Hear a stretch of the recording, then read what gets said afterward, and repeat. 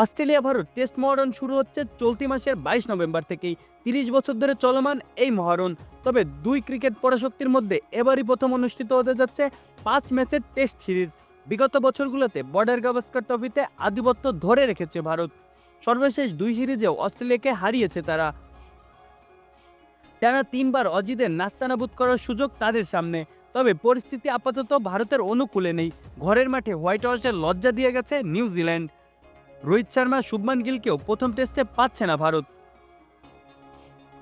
পার্থের সবুজ বাগিচাটা যে পেসারদের স্বর্গ হতে যাচ্ছে, এটা ধারণা করতে নিশ্চয়ই বিশেষজ্ঞ হবার দরকার নেই।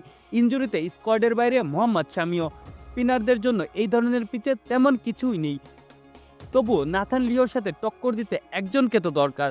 সেজন্যই আলোচনায় টেস্ট ক্রিকেটে 536 উইকেটের মালিক রবিচন্দ্রন আশ্বিন। এই মুহূর্তে একাদশ গড়াটাই যেন বিরাট চ্যালেঞ্জ ভারতের জন্য। তবে ধারণা করা যাচ্ছে 5 পেসার ও 1 স্পিনারে দল সাজাবে ভারত। জাসপ্রীত বুমরা, মোহাম্মদ সিরাজ, আকাশদীপের সাথে যুক্ত হবেন পেস বোলিং অলরাউন্ডার হর্ষিত রানা। একমাত্র স্পিনার থাকবেন রবিচন্দ্রন অশ্বিন।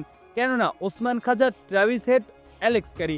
অস্ট্রেলিয়ায় 3জন বামহাতি ব্যাটার নিয়ে খেলতে নামবে। বামহাতি ব্যাটারদের বিরুদ্ধে আশ্বিন বরাবরই বেশ ভালো। এছাড়া শেষ দেখায় স্টিভ স্মিথকেও বেশ নাচিয়েছিলেন তিনি। ভারতের স্কোয়াডে স্পিনার আছে আরও দুজন, রবীন্দ্র জাদেজা, ওয়াশিংটন সুন্দর।